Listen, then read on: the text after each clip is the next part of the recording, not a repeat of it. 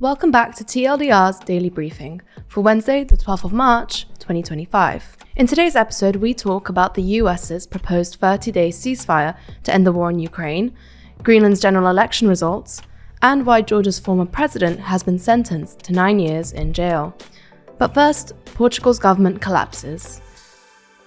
On Tuesday evening, Portugal's centre-right minority government collapsed after Prime Minister Luís Montenegro lost a confidence vote, paving the way for fresh elections. It came after a scandal over Montenegro's family business, which has reinforced perceptions among the Portuguese electorate of corruption in politics. Specifically, the scandal relates to Montenegro's decision to transfer ownership of a consultancy firm which he set up in 2021 whilst he was out of politics to his wife and sons the following year. The socialist opposition leader Pedro Nuno Santos has accused Montenegro of receiving payments from companies while Prime Minister, as the firm has continued to be paid by its clients. Then last week, Montenegro tabled a motion of confidence in Parliament, before then appearing to have second thoughts.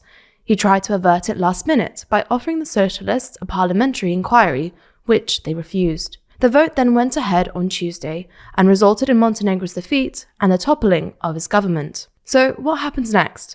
Well, it will now lead to Portugal's third election in less than 4 years. Montenegro plans to stand again in the new elections, denying he has done anything wrong. However, a poll on Tuesday by the company Aximage showed the Socialist Party overtaking Montenegro's Democratic Alliance coalition with 30.8% of the vote compared to the AD's 25.8%. The populist anti-establishment Chega party, which came third and secured 18.1% of the vote at the last elections, is also expected to perform well, boosted by the AD's corruption controversies. A new election is likely to take place in May, with defence, immigration and EU issues likely to take centre stage.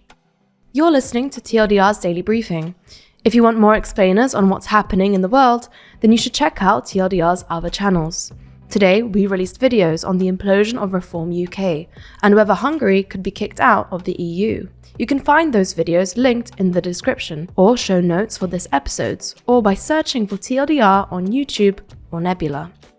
Next up, Ukraine has agreed in principle to an American proposal for an immediate 30-day ceasefire with Russia following talks in Saudi Arabia on Tuesday. Going into the talks, Volodymyr Zelensky had previously resisted a ceasefire, largely because he thought it would just give Russia time to rearm. However, he has now seemingly been convinced by the US, who has said that in return, the White House would immediately unblock the flow of American weapons and intelligence to the country, after having suspended it a couple of weeks ago, following a dramatic clash between the US President Donald Trump and Zelensky at the White House. Russia, however, has yet to agree to the interim pause in the fighting, and Russian sources have said earlier that Vladimir Putin would find it difficult to accept the proposed truce with Ukraine, whilst his troops are advancing on the front line. Putin is set to meet Trump's White House Middle East envoy later this week, but for now it remains unclear if Putin is ready to accept the ceasefire in its current form.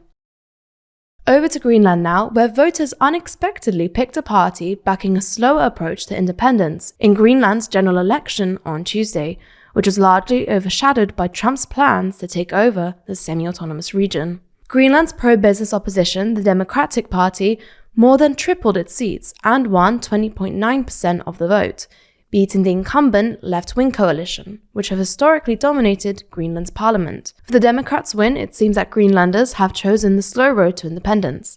However, the winning party will still have to form a coalition with the party that came in second place, which has a more aggressive pro-independence policy.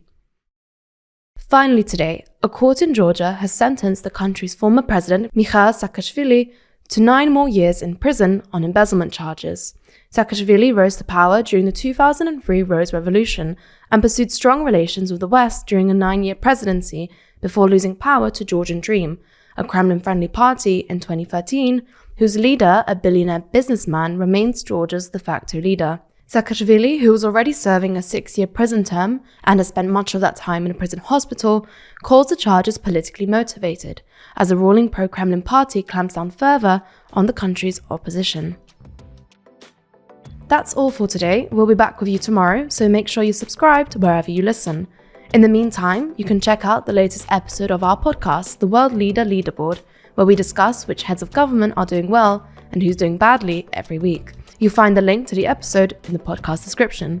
This was a TLDR news production hosted by Nadja Lovadinov, written by Georgina Findlay and Nadja Lovadinov, and produced by Scarlett Watchorn.